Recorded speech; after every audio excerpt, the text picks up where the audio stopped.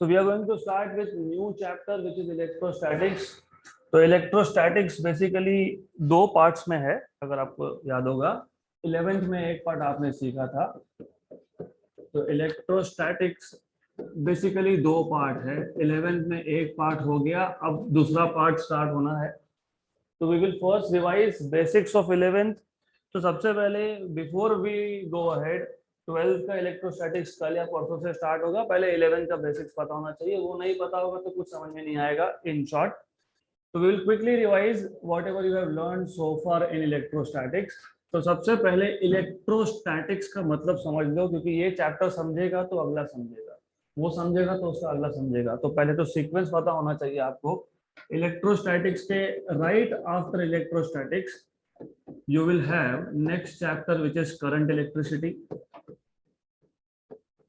और current electricity के बाद आएगा magnetic fields due to electric currents, उसके बाद आएगा मैग्नेटिज्म। तो ये चारों के चारों चैप्टर 11th में भी यही सीक्वेंस था, 12th में भी यही सीक्वेंस है, बिकॉज दे आर कनेक्टेड। तो सबसे पहले इलेक्ट्रो, यू नो इलेक्ट्रो मतलब इलेक्ट्रॉन, इलेक्ट्रॉन मतलब चार्ज। तो when you have charge at rest, क्योंकि इलेक्ट्रो मतलब चार्ज और स्टैटिक मतलब एट रेस्ट, इसको हम बोलते हैं इलेक्ट्रोस्टैटिक्स। और इलेक्ट्रोस्टैटिक्स में we will be studying only charges which are at rest, right. तो अब 11th में हमने क्या क्या देखा है वहां से स्टार्ट करेंगे। To start basics of electrostatics, तो रिमेंबर हम यहाँ पे स्ट्रिक्टली हमारा फोकस होगा on charges at rest, charges are not moving. तो 11th स्टैंडर्ड में part 1 of electrostatics what do you learn is, हमारे पास चार्जेस है और चार्जेस पॉइंट चार्जेस है। तो I have a point charge, some charge q1, I have one another charge which is q2. Remember यहाँ पे we are talking about point charges। ये दोनों चार्जेस कौन से है? Point charges. मतलब जितना भी चार्ज होगा 10 coulomb, 20 coulomb, 100 coulomb, 1000 coulomb, 1 coulomb, जो भी होगा it is in a single point.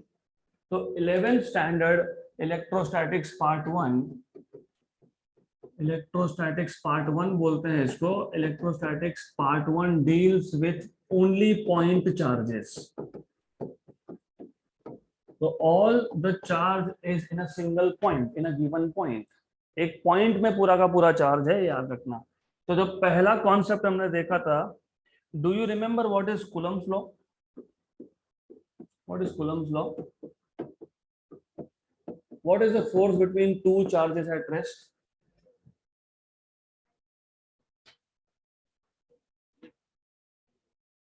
Distance between them. तो basically the idea here is, coulomb's law हमको बताता है what is the force between two charges. हमारे पास दो चार्ज है, both charges are at rest, दोनों में डिस्टेंस अगर r है, तो the force between these two charges F is proportional to product of the charges q1 q2 and inversely proportional to square of the distance between them. So Coulomb's law gives us what is the force between two charges at rest. And remember, अगर आपको electrostatics part 1 पता है तो आपका gravitation का भी काम यही हो जाएगा। What is gravitational force between two masses? Directly proportional to product of masses and inversely proportional to square of the distance between the two masses. So gravitational force is proportional to m1 into m2 and it is inversely proportional to 1 upon r square. So as you can see, electrostatic force और gravitational force दोनों का form exactly same आता है, form same आता है, तो सारे के सारे इक्वेशन सेम बनते हैं। तो this is one important thing. इसका मतलब इलेक्ट्रोस्टैटिक्स पता है तो ग्रेविटेशन पता है, ग्रेविटेशन पता है तो इलेक्ट्रोस्टैटिक्स पता है, दो बोथ आर लिंक्ड, राइट। तो अब we will focus only on electrostatics. हम ग्रेविटेशन ऑलरेडी 11 में कर लिया, तो अब हम उस पर ध्यान नहीं देंगे, we will just look at electrostatics. तो दोनों को अगर कंबाइन कर दिया हमने, तो force is proportional to q1 q2 by r square. अगर मुझे ये प्रोपोर्शनलिटी की साइन हटानी है, तो we will have to write down constant of proportionality. So what is constant of proportionality in this case? 1 upon 4 pi epsilon 0 q1 q2 by r square. Remember You know what is epsilon zero? Permittivity of free space. What do you mean by free space? Vacuum. तो इसका मतलब assumption ये था कि ये जो दोनों charges है ये या तो एयर में है या फिर ये वैक्यूम में है, राइट। अगर मैंने इन दोनों चार्जेस को इमेजिन किसी और मीडियम में रख दिया होता, let us keep some medium here, हो सकता है ऑयल है, मैंने ऑयल के अंदर रख दिया, और ऑयल अगर है, ऑयल का डाइलेक्ट्रिक कांस्टेंट अगर के है, तो यहाँ पे आप मल्टीप्लाई करोगे के से। where small k is dielectric constant, किसका constant? Of the medium surrounding the charges, right? तो so far basic idea clear रहनी चाहिए। We have 2 point charges, remember मैं बार बार बोल रहा हूँ, we have point charges Q1 and Q2। इन दो point charges में फोर्स होगा 1/4 pi epsilon 0 Q1 Q2 by R square, and this is given by Coulomb's law, where epsilon 0 is permittivity of free space. Do you know what is the value of this 1/4 pi epsilon 0? 9 into 10 power 9. Okay. Unit. What is the unit of 1/4 pi epsilon 0? Unit कैसे find करते हो? ऐसा unit, क्योंकि CGS में इसकी value 1 होती है constant की, एसआई में 9 into 10 power 9. What is unit? How do you find out units by the way? किसका यूनिट फाइंड करना है? 1/4 pi epsilon 0। एक काम करो, आर स्क्वायर को यहाँ शिफ्ट कर दो, तो क्या बन गया? F R square. और Q1 Q2 को भी शिफ्ट कर दो यहाँ पे। ये फोर्स किसमें होता है? न्यूटन। आर क्या है? डिस्टेंस। डिस्टेंस मतलब मीटर, तो newton metre square upon coulomb into coulomb, coulomb square, तो न्यूटन मीटर स्क्वायर पर कूलम स्क्वायर। तो ये जो 1/4 pi epsilon 0 है, इसकी वैल्यू आती है 9 into 10 power 9 newton metre square पर coulomb square, right. Electrostatics part 2 पे जाने से पहले पार्ट 1 का हर एक सिंपल बेसिक चीज पता होनी चाहिए, नहीं तो कुछ समझ में नहीं आएगा। तो Coulomb's law gives us force between two point charges, right. But do you remember 11th का chapter number 2, something called as mathematical methods? उसमें दो पार्ट थे, वेक्टर्स एंड कैलकुलस। वेक्टर्स और स्केलर्स, तो कोई भी फिजिकल क्वांटिटी हो, मैं थोड़ा बेसिक से ही जाऊंगा because you need to remember all of this. What do you mean by physical quantity? Anything you can measure. So you can measure distance, आप टाइम मेजर कर सकते हो, लेंथ मेजर करते हो, मास मेजर करते हो, फोर्स मेजर करते हो, तो जो कुछ भी मेजर कर सकते हो it is called as physical quantity. अब फिजिकल क्वांटिटी दो टाइप की होती है। मैं फंडामेंटल और डिराइव की बात नहीं कर रहा हूं, मैं बात कर रहा हूं यहाँ पे स्केलर एंड वेक्टर। तो you can have a physical quantity which is scalar physical quantity. What do you mean bye scalar physical quantity? What is the meaning of scalar quantity? Magnitude. What do you understand by scalar quantity? For example, मैंने अगर आपको पूछा आपके घर से class में आने के लिए कितना टाइम लगा, तो आप बोलोगे 10 minutes, maybe 15 minutes, maybe 5 minutes, right. इसका मतलब आपको कंप्लीट इंफॉर्मेशन देने के लिए सिर्फ एक नंबर की जरूरत है। ये जो मिनट मैं बोल रहा हूँ ये तो यूनिट है उसका। तो अगर एक फिजिकल क्वांटिटी को कंप्लीटली डिस्क्राइब करने के लिए सिर्फ एक नंबर की जरूरत है, मतलब मैग्नीट्यूड की जरूरत है, तो उसको क्या बोलते हो? स्केलर। बट अगर ऐसा हुआ कि मुझे एक फिजिकल क्वांटिटी को कंप्लीटली डिस्क्राइब करने के लिए नंबर मतलब मैग्नीट्यूड एंड डायरेक्शन दोनों की अगर जरूरत है, तो such physical quantity is called as vector quantity. उसका हमारे इलेक्ट्रोस्टैटिक्स के साथ क्या कनेक्शन है? Force is a scalar quantity और a vector quantity? Vector quantity. Good. मतलब जब जब फोर्स की बात होगी तो डायरेक्शन की बात होगी। अब हमने क्या किया था, हमने यहाँ पे दो पॉइंट चार्जेस ले लिए Q1 and Q2। Let us से फर्स्ट चार्ज Q1 ये पॉइंट नंबर 1 पे है, सेकेंड चार्ज Q2 ये पॉइंट नंबर 2 पे है, दोनों में डिस्टेंस है R, राइट। तो if I ask you what is the direction of force, क्योंकि force is a vector quantity, आपने ही बताया फोर्स वेक्टर क्वांटिटी है, उसका magnitude is given by 1/4πε0 q1 q2 by r square. तो अब अगर मैंने पूछा डायरेक्शन क्या है, तो what is the direction of force here? Coulomb's law in vector form भी देखा है हमने, तो that is why I have to revise everything, क्योंकि वो समझेगा तो इलेक्ट्रिक फील्ड का डायरेक्शन समझेगा। तो that is why you need to first know what is the direction of force. तो what is the direction of force here? चलो थोड़ा और बेसिक में जाते हैं। What is newton's third law of motion? To every action there is equal and opposite reaction. For example आप bench पे बैठे हो, आपका वेट है एक्शन, किस पे? बेंच पे। बेंच क्या करता है? रिएक्ट करता है। तो क्या करता है वो? रिएक्शन लगाता है, राइट? तो इसका मतलब क्या समझ में आया? इसका मतलब समझ में यह आता है कि force always exist in couple, मतलब सिंगल फोर्स होता ही नहीं है, राइट? तो सिंगल फोर्स होता नहीं है, तो पहले तो हमको ये बताना पड़ेगा कि मैंने जब पूछा फोर्स का डायरेक्शन क्या है, तो पहला क्वेश्चन ये था कि किस पे फोर्स लग रहा है, चार्ज नंबर 1 पे कि चार्ज नंबर 2 पे। तो जब आप फोर्स को वेक्टर क्वांटिटी में लिखते हो, तो पहले स्पेसिफाई करना पड़ता है कि फोर्स किस पे लग रहा है, चार्ज 1 पे या चार्ज 2 पे। उसका स्पेसिफिक नोटेशन है, तो वो अच्छे से समझ लेना। तो हमको पता होना चाहिए what is coulomb's law in vector form. तो you must know what is coulomb's law in vector form. है वही इक्वेशन, वही है, सिर्फ डायरेक्शन स्पेसिफाई करना पड़ेगा। तो Coulomb's law in vector form, तो दो चार्जेस है तो दोनों पे फोर्स लग रहा है, तो लिखने के लिए हम ऐसा लिखते हैं, force on one due to two. Force is acting on charge 1, who is experiencing force? Charge 1। और फोर्स लगा कौन रहा है? चार्ज 2। तो इसको specifically you will write down like this, force on 1, जो नंबर पहले लिखा है वो फोर्स एक्सपीरियंस कर रहा है, जो नंबर बाद में लिखा है वो फोर्स लगा रहा है। तो when you write down F12 मतलब फोर्स ऑन 1 ड्यू टू 2, अगर आपने लिखा F21 तो force is acting on 2, and force is acting on 2 मतलब force is experienced bye 2 and force is exerted by 1। तो नोटेशन पहले अच्छे से समझ लो। Is this clear? F12 मतलब क्या?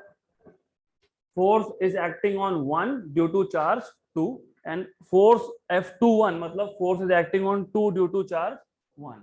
Good. Then दोनों ही केस में मैग्नीट्यूड सेम आएगा, 1/4πε0 Q1 Q2 upon R12 square. मैं काम करता हूं, डिस्टेंस को R12 लिख देता हूं, तो 1/4πε0 Q1 Q2 by R12 square. तो मैग्नीट्यूड वाइज तो सेम होगा, क्योंकि according to newton third law of motion every action has equal but opposite reaction. अगर चार्ज नंबर 2 चार्ज नंबर 1 पे फोर्स एक्सर्ट कर रहा है, तो उतना ही force charge number 1 charge number 2 पे एक्सर्ट करेगा। तो to every action there is equal but opposite reaction. तो मैग्नीट्यूड वाइज तो दोनों सेम होंगे, 1/4πε0 Q1 Q2 by R square in both the cases. सिर्फ डायरेक्शन। तो वापस से going back to 11th standard, do you remember something called as unit vector? What is unit vector? What do you mean by unit vector? What is unit vector? Magnitude 1. A vector having magnitude 1 but a given direction is called as unit vector. अब ऐसा करते क्यों? मैं just for an example बता रहा हूँ, just for an example. Imagine, और physics समझना है तो एग्जाम्पल लगने ही वाले हैं हमको। फॉर एग्जाम्पल, आप रोड के साइड में खड़े थे, you are standing here waiting for someone, then there comes a vehicle, कोई एक गाड़ी वाला आया, उसने आपको पूछा XYZ हॉस्पिटल कहाँ पे है, for example, just for an example. तो just a minute, will have to wait for a while. Okay, ठीक है। तो इवन सॉफ्टवेयर इज सेइंग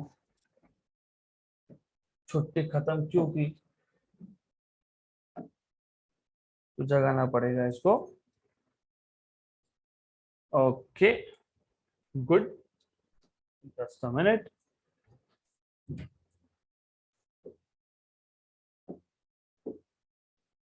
थोड़ा टाइम लगता है इसको भी जागने में, doesn't wake up so early. Give me a minute please. Okay, we are back. Good. Okay, going back to the same example. So you were standing on the side of road. वहां पे एक गाड़ी आई, उसने आपको पूछा where is this XYZ hospital, maybe, right. Then आप उसको कुछ तो डायरेक्शन बताओगे। आप बोलोगे 2 किलोमीटर इस डायरेक्शन में जाओ, 3 किलोमीटर उस डायरेक्शन में जाओ, राइट। तो डायरेक्शन तो स्पेसिफाई करोगे ना। नॉर्मली यू विल से कि हाँ यहाँ से सीधा चले जाओ 1 kilometre. May be you will say यहाँ से पोस्ट ऑफिस के डायरेक्शन में 2 किलोमीटर चले जाओ। तो डायरेक्शन स्पेसिफाई करने के लिए फिजिक्स में या मैथ्स में हम यूनिट वेक्टर यूज करते हैं। तो ओनली टू डिस्क्राइब डायरेक्शन, मैं सिर्फ एग्जांपल बता रहा हूँ। For example, just for an example, imagine मेरे पास एक वेक्टर है ए बार, और A bar is a vector with a given direction, but इसका लेंथ 1 नहीं है। मे बी इसका लेंथ 5 किलोमीटर होगा, मे बी इसका लेंथ 10 किलोमीटर होगा, मे बी इसका लेंथ 2 किलोमीटर भी हो सकता है, राइट। हो सकता है कि ये 1 किलोमीटर है, हो सकता है 1 किलोमीटर, राइट। अगर मुझे बताना था कि ए बार के डायरेक्शन में तुमको जाना है 5 kilometre, just for an example, मुझसे गाड़ी वाले ने पूछा कि ये XYZ हॉस्पिटल कहाँ है। मैं उसको बता रहा हूँ कि ए की डायरेक्शन में है, लेकिन ए का मैग्नीट्यूड कितना, may be 2 kilometre, for example ये 2 किलोमीटर है, और उसको हॉस्पिटल में भेजना है। तो ये हॉस्पिटल है 10 किलोमीटर पे। तो what I will tell him, I will tell him okay ये कितना है 2 kilometre, go 5 times of a bar, है ना। ये 2 किलोमीटर था, हमको कितना भेजना है उसको 10, तो 5 इंटू 2 इज 10। तो मैं उसको बोलूंगा इस डायरेक्शन में 5 ए बार। तो डायरेक्शन बताने के लिए, in short, I can not go into further details, उतना टाइम नहीं है हमारे पास। तो टेल डायरेक्शन, सिर्फ डायरेक्शन बताने के लिए हम यूज करते हैं यूनिट वेक्टर्स। तो unit vector, as you just said, is a vector whose magnitude is 1 and has a given direction।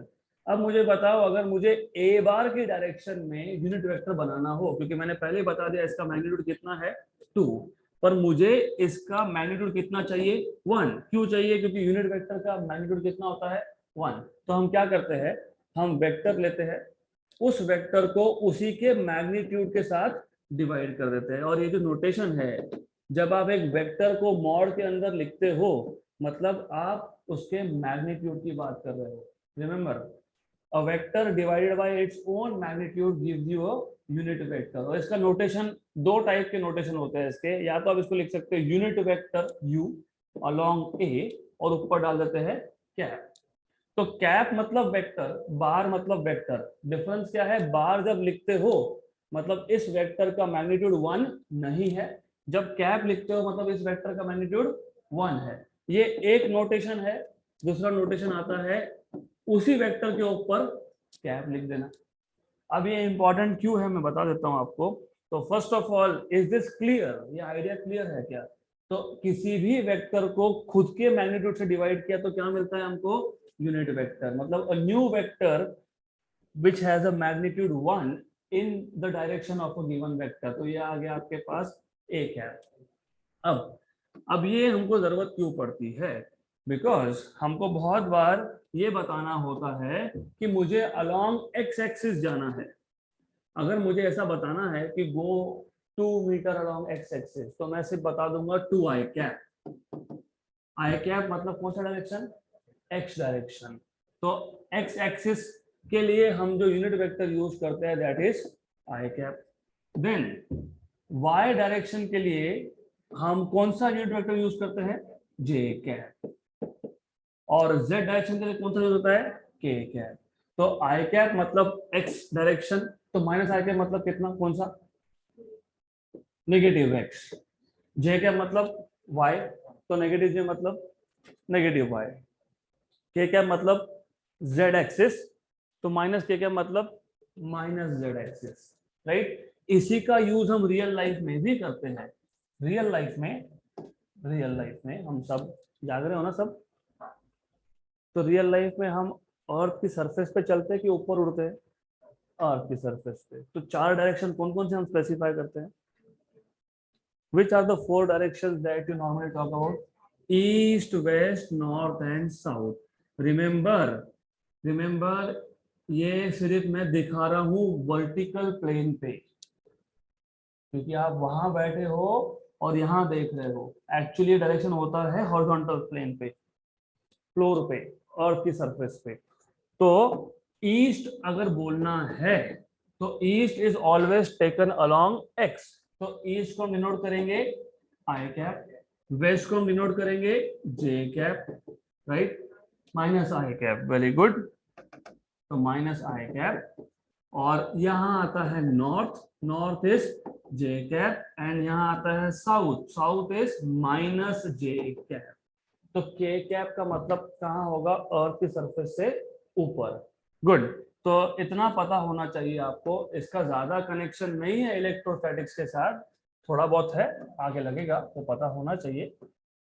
Coming back here, हमारे पास 2 पॉइंट चार्जेस थे, दोनों पॉजिटिव है, Q1 भी पॉजिटिव है, Q2 भी पॉजिटिव है। फिर आप बोलोगे नेगेटिव नहीं हो सकता है क्या? हो सकता है, लेकिन इनिशियली बेसिक लेवल पे हम चार्जेस को पॉजिटिव ही रखते हैं। क्यों रखते हैं वो बाद में समझेगा। तो Q1 positive, Q2 positive. What is the meaning of F12? Force is acting on 1 due to 2। अब मुझे बताओ, दोनों अगर सेम टाइप के चार्जेस हो, ये भी पॉजिटिव वो भी पॉजिटिव, तो फोर्स अट्रैक्टिव होगा या रिपल्सिव होगा? रिपल्सिव। क्यों? Because like charges repel each other. इसका मतलब फोर्स कौन एक्सपीरियंस कर रहा है? 1। कौन लगा रहा है? 2। और फोर्स का टाइप कौन सा है? रिपल्सिव। तो 2 क्या करेगा? 2 क्या करेगा? उसको रिपेल करेगा, मतलब क्या करेगा? धक्का देगा। धक्का देगा मतलब क्या होता है? वो पुश। तो force acting on 1 due to 2, इसका डायरेक्शन क्या है?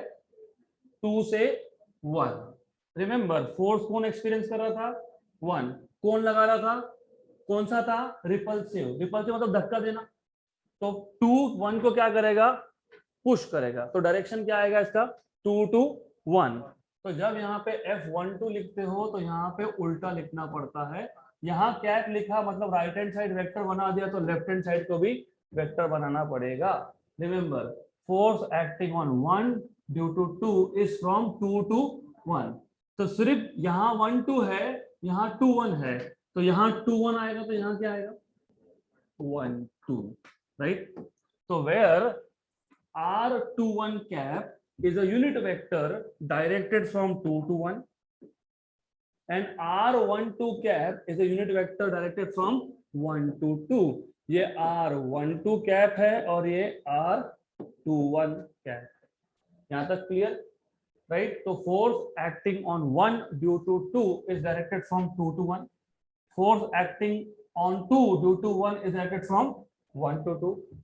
बट रिमेंबर, ये R12 कैप और R21 cap both are unit vectors. Unit vectors मतलब दोनों का मैग्नीट्यूड कितना? सेम, लेकिन डायरेक्शन क्या है? Opposite. But R21 cap is equal to minus R12 cap. तो सिर्फ नेगेटिव साइन आएगा। Negative sign is only because these two vectors are oppositely directed. इसका मतलब ये जो पहला मैंने इक्वेशन लिखा है, force acting on 1 due to 2 which is 1/4 pi epsilon 0 Q1 Q2 by R12 square. यहाँ क्या लिखा था मैंने? R21 कैप, लेकिन R21 कैप क्या है? Minus R12 cap, right. तो नेगेटिव साइन को मैं बाहर निकाल लेता हूँ, तो क्या मिलेगा मुझे? मैंने नेगेटिव साइन को बाहर निकाल लिया, तो क्या आया? 1/4 pi epsilon 0 Q1 Q2 upon R12 square R12 cap. लेकिन ये R12 cap along with 1/4 pi epsilon 0 Q1 Q2 upon R12 square क्या था? ये क्या था? F21। मतलब what you can write is force acting on 1 due to 2 is minus of force acting on 2 due to 1. What do you understand by this? What is Newton's third law of motion? To every action, अभी इसको समझते कैसे है? F12 इसका मतलब force कौन experience कर रहा है, कौन लगा रहा है, और कौन सा फोर्स है ये? रिपल्सिव. रिपल्सिव मतलब धक्का देना. तो 2 1 को बोल रहा है तू जा, I don't like you, go away, right? Action. 1 बोल रहा है हाँ तू भी जा, go, I also don't like you. तो it is like action and reaction. तो एक्शन किसका था? 2 का था. किस पे था? 1 पे था. रिएक्शन किसने किया? 1 ने किया. किस पे किया? 2 पे. तो F12 bar is minus of F21 bar. Clear? ये समझना जरूरी है क्योंकि आगे जो टॉपिक सीखोगे 12th में, अगर ये नहीं पता तो कुछ समझ में नहीं आएगा. देन इसके बाद हमने देखा था something called as principle of superposition. Principle of superposition ये 3 जगह पे आता है फिजिक्स में. एक तो वेव्स के केस में आएगा, वो हम बाद में देखेंगे. एक यहाँ पे आएगा फोर्सेस के केस में, principle of superposition of forces. यहाँ पे हमारे पास सिर्फ 2 पॉइंट चार्जेस थे, बट इन रियलिटी ऐसा हो सकता है. यू मे हैव एक चार्ज, दूसरा चार्ज, तीसरा चार्ज, चौथा charge, nth number of charge. तो you may have n number of charges. तो हो सकता है हमारे पास एक चार्ज कॉन्फ़िगरेशन है. चार्ज कॉन्फ़िगरेशन मतलब बहुत सारे चार्जेस है वहां पे. You have Q1 Q2 Q3 Q4 and Qn. The distance between first and second charge, let us say, is R12. So let us take this distance as R12. पहले और तीसरे में R13, पहले और चौथे में R14 and R1n. So this distance is R12, this is R13, this is R14, this is R1n. हमारे पास जब सिर्फ दो चार्जेस थे तो force between these 2 charges was given by 1/4 pi epsilon 0 Q1 Q2 by R12 square. लेकिन हमारे पास अब n नंबर ऑफ चार्जेस है and we want to know what is the total force experienced by charge number 1. तो what is the total force experienced by charge number 1? कैसे find करते हो? तो टोटल फोर्स कौन एक्सपीरियंस कर रहा है? पहला charge. It is equal to force acting on 1 due to 2 plus force acting on 1 due to 3 plus force acting on 1 due to 4 plus जितने चार्जेस होंगे उतने force acting on 1 due to n. इसको बोलते हैं प्रिंसिपल ऑफ सुपरपोजिशन. तो principle of superposition हमको ये बताता है कि अगर मेरे पास 2 से ज्यादा चार्जेस है, 3 है, 4 है, 10 है, 1000 है, तो total force on any charge, मैं फिलहाल पहले चार्ज की बात कर रहा हूं, मे भी आप बोल सकते थे what is the total force on second charge. तो total force on second charge निकालना होगा तो force acting on 2 due to 1 plus force acting on 2 due to 3. ऐसा मत लिख देना force acting on 2 due to 2. कभी सुना है अर्थ खुद पे ही फोर्स लगा रहा है, ग्रेविटेशनल फोर्स? कभी सुना है मैं खुद पे ग्रेविटेशनल फोर्स एक्सर्ट करता हूँ? एनी चार्ज और any mass can not exert force on itself. तो याद रखना ऐसे पेयर्स आपको दिखेंगे नहीं, 2 2 3 3 4 4 5 5 नहीं होगा. तो force acting on 2 due to 1 plus force acting on 2 due to 3 plus force acting on 2 due to 4 plus plus plus force acting on 2 due to n. Right? तो principle of superposition of forces ये हमको help करता है to find out what is the total force on any charge. यहाँ पे हम find कर रहे थे what is the total force on first charge. It is force on first charge due to second charge plus force on first charge due to third charge plus force on first charge due to fourth charge and so on so forth. लेकिन what is force on first charge due to second charge? 1/4 pi epsilon 0 Q1 Q2 R12 square R21 cap. Direction भी important है. तो direction wise अगर आप सोचोगे तो force on 1 due to 2 is from 2 to 1, तो ये आ गया direction 2 to 1, R21 cap. Force on 1 due to 3 is from 3 to 1 away. Force on 1 due to 4 is from 4 to 1. तो ये याद रखना. तो while writing down equation, तो यहाँ पे आप लिखोगे 1/4 pi epsilon 0 Q1 Q2 upon R12 square R21 cap, क्योंकि फोर्स ऑन 1 ड्यू टू 2 है तो डायरेक्शन क्या होता है 2 से 1, plus force on 1 due to 3 will be 1/4 pi epsilon 0. I am listening. Q1 Q3 upon R13 square and R31 cap, plus plus plus plus जितने भी होंगे उतने, plus 1/4 pi epsilon 0 Q1 Qn R1n square Rn1 cap. Correct यहां तक? What is common in all these terms? 1/4 pi epsilon 0. Q1 भी common है, लेकिन Q1 को मैं कॉमन निकालूंगा नहीं फॉर सम रीजन, जो समझ में आ जाएगा थोड़ी देर में. तो अंदर क्या बचेगा ब्रैकेट के अंदर? Q1 Q2 upon R12 square R21 cap, plus Q1 Q3 upon R13 square R31 cap, plus plus plus plus आगे प्लस प्लस कहां तक? Q1 Qn upon R1n square Rn1,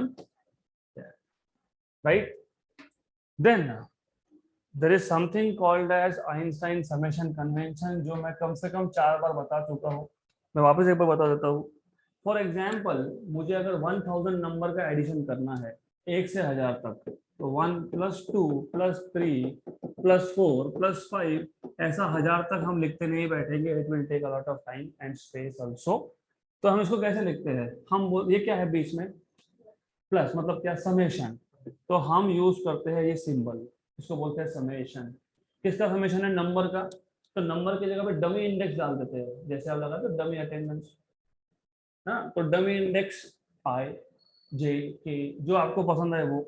आपको लगता है मेरे नाम का इनिशियल यूज करना है तो यूज करना है, V डजंट मैटर, राइट? फर्क नहीं पड़ता. I लिखो J लिखो, कोई फर्क नहीं पड़ता. और नॉर्मली हम I J और K यूज करते हैं. I की वैल्यू कहाँ से स्टार्ट हुई? 1 तक. 1 से कहाँ तक गई? हाँ, तो इसको ऐसा लिखते हैं, summation over I run from 1 to 1000. अगर ये नंबर n होगा, इफ दिस इज n, तो मैं यहाँ पे 1000 हटा के लिख दूंगा n. तो ये पता होना चाहिए. अब इसका हमारे इलेक्ट्रोस्टैटिक के फोर्सेस के साथ क्या कनेक्शन है? तो कनेक्शन तो है. क्या कनेक्शन है? एज यू कैन सी, हमारे पास जो ये फोर्स का इक्वेशन आया, इसमें 1/4 pi epsilon 0 बाहर है, अंदर क्या है? Summation summation summation summation of large number of terms. तो इसको कैसे लिखेंगे? इसको हम बोलेंगे force acting on 1/4 pi epsilon 0 summation, क्योंकि सम कर रहे थे हम, समेशन. और एक चीज हमने देखा, क्या क्या कॉमन है उस पर भी ध्यान दो. यहाँ पे 1 है, यहाँ पे भी 1 है, यहाँ पे भी 1 है, R12 में ये 1 है, यहाँ पे ये 1 है, यहाँ ये 1 है, ये भी 1 है. मतलब हर एक टर्म में 1 1 1 वापस से दिख ही रहा है. मतलब वो तो चेंज नहीं हो रहा, वो तो सेम है. वो सेम है तो उसको सेम रखेंगे. तो कौन सेम है? पहला चार्ज, और दूसरा चार्ज चेंज होगा तो उसको क्या लिखूंगा? I, क्योंकि देखो दूसरे चार्ज में क्या है? 2 3 4 5 6 है ना. Q2, फिर Q3, फिर Q4, फिर Q5, फिर Q6. और नीचे नीचे क्या था? R12 square R13 square R14 square, तो R1I स्क्वायर, राइट? और कैप में क्या है? R21 R31 R41 R51, मतलब RI1 कैप, राइट? I की वैल्यू कहां से स्टार्ट हुई? 2 से. तो आप लिखो 2 से n, या फिर अगर आप लिखते हो 1 to n, तो फिर नीचे लिखना पड़ेगा I is not equal to 1। तो ये उसका शॉर्टकट नोटेशन है जो टेक्स्ट बुक में देते नहीं है, लेकिन एग्जाम में आ जाता है, सीईटी में पूछ लेते हैं, right. What is the total force acting on charge number 2? तो what is the total force acting on charge number 2? अगर मुझे चार्ज नंबर 2 का निकालना है तो मैं सेम नोटेशन रखूंगा, सिर्फ क्या करेंगे, जहां पे 1 है उसको हटाएंगे और 1 की जगह पे क्या लिखेंगे, 2। तो this is the total force acting on charge number 2। ये आ गया 2, यहाँ पे आ गया 2 2। ये इसको 1 से ही स्टार्ट करना, आई स्टार्ट फ्रॉम 1, राइट। ये आ जाएगा 2, ये आ जाएगा 2, यहाँ पे आ जाएगा, right. So this is how you can write down. So this is the total force acting on any charge due to all other charges. यहाँ तक clear? So have you understood what is Coulomb's law? Coulomb's law gives you force between 2 point charges, 1/4 pi epsilon 0 q1 q2 by r square. Direction अगर आपको देखना है तो force on 1, force acting on 1 due to 2 is directed from 2 to 1. Force acting on 2 due to 1 is from 1 to 2. Good. Then, if this is clear, is this clear? फिर हमने देखा what is the total force on a given charge, पूरा detail में हमने देखा है, तो I am not going to repeat it now. अब important question is this, why is it so? हमारे पास अगर एक चार्ज है Q1, ऐसा क्यों हुआ कि जैसे ही चार्ज Q1 के पास में कोई और चार्ज आया तो चार्ज Q1 क्या करता है, इस पे एक फोर्स एक्सर्ट करता है। तो idea here is, according to Coulomb's law, whenever another charge Q2 comes near to charge Q1 exerts force on charge Q2, right. ऐसा क्यों हुआ? क्योंकि बिकॉज यू शुड नो, किसी भी चार्ज के सराउंडिंग में ऐसा एक रीजन होता है जिसमें अगर गलती से दूसरा चार्ज आ गया तो दूसरा चार्ज क्या एक्सपीरियंस करेगा, force. Going back to chapter number 2 of 12th, कौन सा चैप्टर था 12th का second number chapter, mechanical properties of fluids. Good, याद है, और टेस्ट भी है तो ये भी याद होगा, है ना। अभी टेस्ट है, 4-5 दिन में टेस्ट है उसका। देन डू यू रिमेंबर, हमने सरफेस टेंशन नाम का एक कॉन्सेप्ट सीखा है उसमें, surface tension. Do you remember surface tension was based on molecular theory? Yes. Do you remember there was something called as sphere of influence? Do you remember what was sphere of influence? An imaginary sphere drawn with molecule at the center and radius equal to range of molecular force is called as sphere of influence। मतलब idea ये था कि मेरे पास एक molecule है, ये molecule किसी दूसरे मॉलिक्यूल को एक पर्टिकुलर डिस्टेंस तक अट्रैक्ट कर सकता है, और इस डिस्टेंस को हमने बोला था रेंज ऑफ मॉलिक्यूलर फोर्स। अब ये जो डिस्टेंस है ये हर डायरेक्शन में होगा, मतलब ईस्ट में भी अट्रैक्ट करेगा, वेस्ट में भी करेगा, मतलब towards X towards negative X, towards Y negative Y, towards Z negative Z. मतलब एक मॉलिक्यूल दूसरे मॉलिक्यूल को सेम डिस्टेंस तक इन ऑल डायरेक्शन अट्रैक्ट कर सकता है। Is this clear? तो हमने अगर हर एक डायरेक्शन कंसीडर किया तो एक स्फीयर बनेगा, right. Because again if I am that molecule, तो मैं मेरे राइट साइड में एक डिस्टेंस तक दूसरे मॉलिक्यूल को अट्रैक्ट कर सकता हूँ, मैं लेफ्ट भी कर सकता हूँ, मैं सामने भी कर सकता हूँ, मैं पीछे भी कर सकता हूँ, ऊपर भी नीचे भी साइड वाइज भी। तो क्या बनेगा, एक स्फीयर। उसको क्या बोला था हमने, स्फीयर ऑफ इन्फ्लुएंस। इसका मतलब क्या था, इसका मतलब ये था कि अगर इस स्फीयर में कोई और मॉलिक्यूल आता है तो that will experience force. Similarly, similar concept है, तो idea here is the same, more or less. यहाँ पे मॉलिक्यूल नहीं, यहाँ पे चार्ज। हर एक चार्ज के सराउंडिंग में एक ऐसा रीजन होता है, अगर उस रीजन में दूसरा चार्ज आ गया तो इट विल एक्सपीरियंस फोर्स, कौन सा फोर्स? Coulombic force. तो इस रीजन को हम लोग क्या बोलते हैं? Electric field.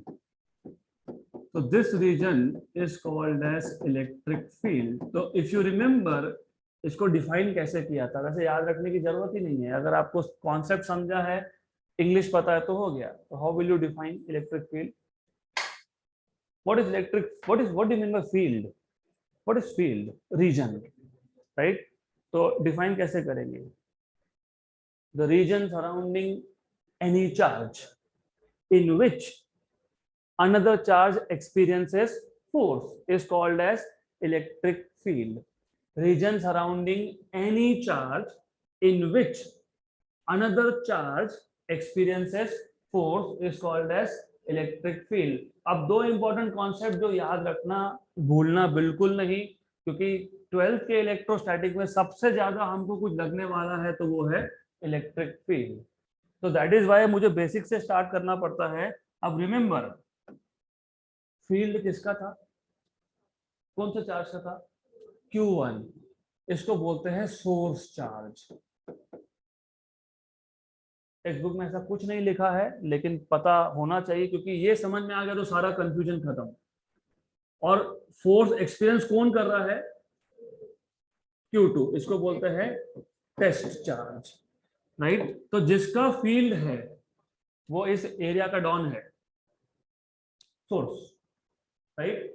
वहां पे कोई और चार्ज आ गया, पैरासाइट, एलियन, तो ये क्या एक्सपीरियंस करेगा? क्या एक्सपीरियंस करेगा?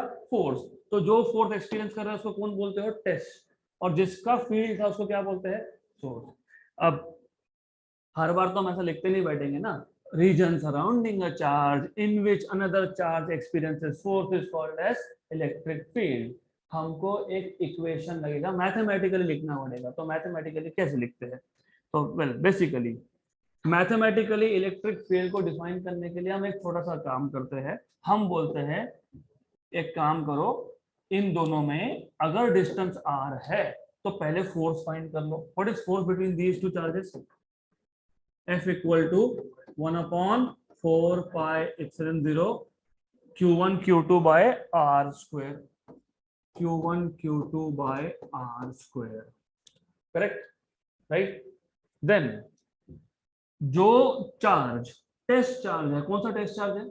Q2। मतलब जो फोर्स लगा रहा है या एक्सपीरियंस कर रहा है, दोनों में से एक। चलो ठीक है, I will come to that later, पर फिलहाल समझ लो, जो टेस्ट चार्ज है उसको कर देना 1, उसको कर देंगे 1 कूलम, और इसको बोल देंगे इलेक्ट्रिक फील्ड, राइट? मैं वापस बताऊंगा, डोंट वरी।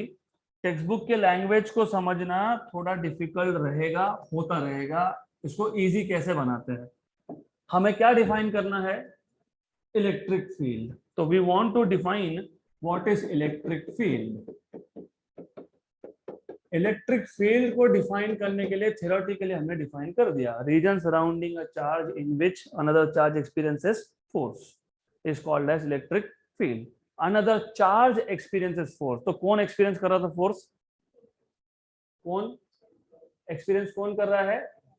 कौन कर रहा है? Q2।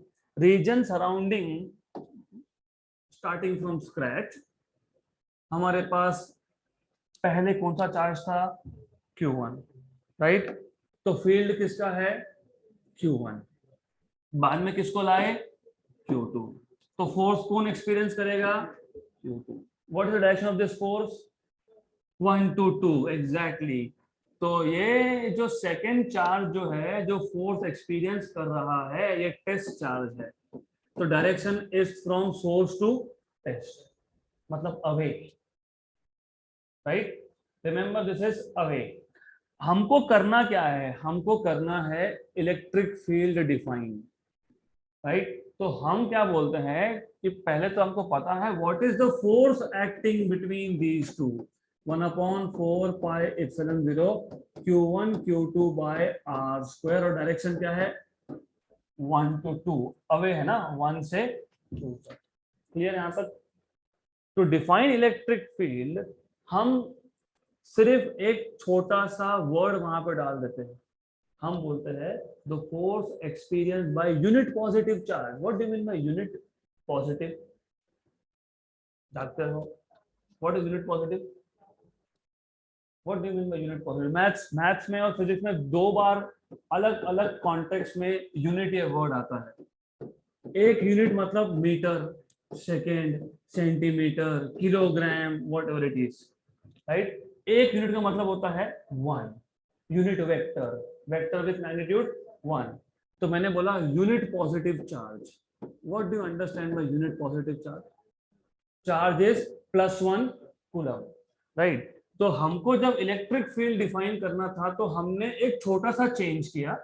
हमने बोला कि हमको पता है कि दो चार्जेस में फोर्स कितना, 1/4πε0 Q1 Q2 bye r², correct.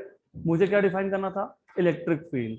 तो हमने सिर्फ इतना सा चेंज किया कि जो टेस्ट चार्ज था, जो फोर्स एक्सपीरियंस कर रहा था, उसको मैंने बोल दिया +1 कूलम। तो फोर्स एक्सपीरियंस बाय, किसने एक्सपीरियंस किया? +1 कूलम ने। अभी बुक थोड़ा सा लिखते ही वैसा, क्या करेंगे, वो +1 कूलम नहीं बोलेंगे, वो बोलेंगे यूनिट पॉजिटिव चार्ज। तो electric field is defined as the force experience by unit positive charge, right, due to some other source charge. तो इलेक्ट्रिक फील्ड डिफाइन करना है तो किसको +1 कूलम करना पड़ेगा? Test charge. टेस्ट चार्ज कौन था? Q2। तो अगर मैं Q2 को 1 कर देता हूं तो यहां पे 1 आ जाएगा, और उसी फोर्स को क्या बोलूंगा? Electric field, right. तो इलेक्ट्रिक फील्ड मतलब फोर्स ही है, सिर्फ यहां पे जो दूसरा चार्ज था वो क्या है? +1 कूलम। तो force experience by unit positive charge is defined as electric field. Force experienced by a unit positive charge at a given point is defined as electric field. तो इलेक्ट्रिक फील्ड के लिए test charge की value कितनी होनी चाहिए? 1। Imagine मेरे पास नहीं है 1 कूलम, मेरे पास 1.1 कूलम है, मेरे पास 10 कूलम है, 5 कूलम है, 8 कूलम है, हर एक चार्ज है, 1 कूलम नहीं है। तो फिर इलेक्ट्रिक फील्ड डिफाइन नहीं करना, सिंपल है ना। बोल देना वहां पे, लिख देना आंसर में, बोला define electric field. I don't have 1 coulomb charge so I can not define electric field, right. तो क्या करेंगे? We humans are smart. Q2 नहीं चाहिए ना, हाँ तो फिर Q2 से डिवाइड कर लो। एक काम करो, बोलना ठीक है नहीं है तो डजंट मैटर, मैं एक काम करता हूँ, मेरे पास Q2 1 कूलम होना चाहिए था, नहीं है तो मैंने डिवाइड कर लिया, बात खत्म। तो डिवाइड तो दोनों साइड पे होगा ना, डिवाइड राइट हैंड साइड पे किया तो लेफ्ट हैंड साइड पे भी होगा। तो force divided by charge, this is defined as electric field. Electric field किसका? सोर्स कौन था? 1। तो इलेक्ट्रिक फील्ड किसका है? 1 का। और यहाँ पे कौन है? टेस्ट। तो remember in general electric field of source charge is force upon test charge. ये जनरल डेफिनेशन है, किसी बुक में नहीं है ये, you have to know this. आगे समझ में आएगा आपको जब सीईटी के क्वेश्चन सॉल्व करने बैठेंगे, तब पता होना चाहिए किसको डिवाइड करना है। तो किसको डिवाइड करना है? टेस्ट चार्ज को। अब मुझे बताओ, अगर मेरे पास दो चार्जेस है Q1 Q2, मैंने आपको पूछा what is the electric field of charge 1, तो कैसे लिखोगे? E1 equal to F upon Q2। अगर मैंने पूछा what is the electric field of second charge, E2 equal to F upon Q1। Very good, right. Then इतना खत्म नहीं होता, यहाँ पे डिफाइन जैसे किया Q2 Q2 हो गया कैंसल। तो ये electric field due to first charge is equal to 1/4πε0 Q1 by r²। तो what is electric field due to second charge? Then 1/4πε0 r² तो रहेगा, ऊपर कौन आएगा? Q2। यहाँ 2 तो यहाँ पे भी 2। क्लियर यहाँ तक? तो what is the equation of electric field in general? Electric field E is equal to 1/4πε0 Q upon r²। Clear? Force में कितने चार्जेस थे? 2, Q1 Q2। इलेक्ट्रिक फील्ड में कितने हैं? 1। तो फोर्स में दोनों चार्जेस आते हैं, कौन से दोनों? सोर्स और टेस्ट। इलेक्ट्रिक फील्ड में कौन सा आता है? Source charge. यहां तक clear? If this is clear, then one more interesting thing, देखो दिक्कत ये है, प्रॉब्लम ये है, कोविड की वजह से आप लोगों के बेसिक्स नहीं है, तो कैसे समझ में आएगा कुछ, तो इसलिए बेसिक्स तो लेना पड़ेगा। Let us go back to 11th standard, not in time, बोलोगे वापस 11 में जाके पढ़ना पड़ेगा, अब वैसा नहीं बोल रहा हूँ मैं रिवीजन की बात कर रहा हूँ। Vectors, what do you understand by this? मेरे पास दो वेक्टर है A bar and B bar, मैंने लिख दिया A bar equal to B bar. क्या मतलब होता है इसका? दोनों वेक्टर्स का magnitude as well as direction are same. मतलब अगर आप इसको ड्रॉ करने जाओगे तो आप इसको ऐसा ड्रॉ करोगे, आप बोलोगे ये एक वेक्टर है ए बार और ये दूसरा वेक्टर है B bar, both are equal in magnitude and direction. What do you understand by this? Equal in magnitude but opposite in direction, मतलब सिर्फ इतना ही चेंज है, that's it. Magnitude is still same but direction is opposite. Very good, good. What do you understand if I write down, just a minute,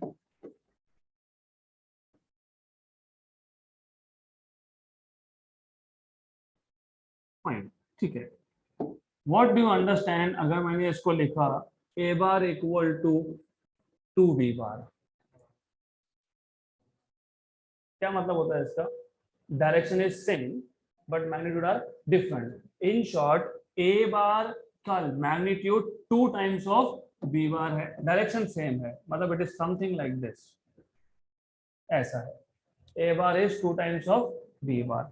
अब ऐसा मैंने क्यों क्यों बताया? बिकॉज अभी अभी आपने लिखा electric field E equal to force upon charge, तो यहाँ पे प्लस है ना, तो जो डायरेक्शन फोर्स का होगा वही डायरेक्शन फील्ड का भी होगा, सिर्फ magnitude will not be same क्योंकि आपने यहाँ पे डिवाइड किया है बाय चार्ज।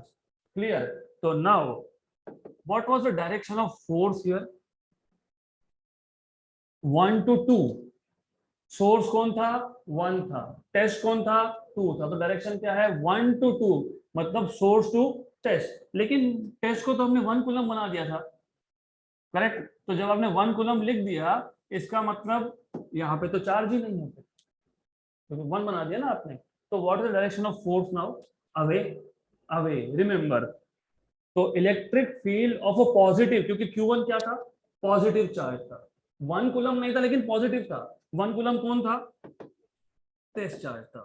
तो what is the direction of electric field due to positive charge? Away.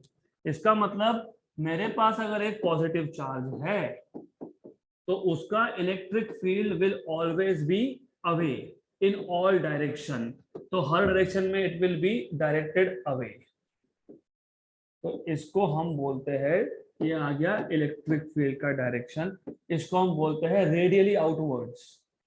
क्योंकि रेडियली क्यों? क्योंकि अलोंग द रेडियस है और हर डायरेक्शन में क्या है? अवे है, तो रेडियली आउटवर्ड्स। तो टेल मी वन थिंग, अगर मेरे पास एक नेगेटिव चार्ज है तो फिर क्या होगा? टूवर्ड्स। तो डायरेक्शन ऑफ इलेक्ट्रिक फील्ड याद रखना, ये इट इज सो इंपॉर्टेंट, क्योंकि आपको समझ में आएगा कि क्वेश्चंस हम देख के सॉल्व कर सकते हैं, जरूरत नहीं है कुछ देख लिया, हाँ पॉजिटिव नेगेटिव आंसर 0 खत्म। This is how you can solve. मैं अभी आपको एग्जांपल बता देता हूँ कि क्यों। For example, just for an example, मेरे पास एक स्क्वायर है, imagine we have a square. अब दिख नहीं रहा है ये स्क्वायर, तो इसको पहले स्क्वायर दिखाना पड़ेगा। Fine, this is a square, let us से।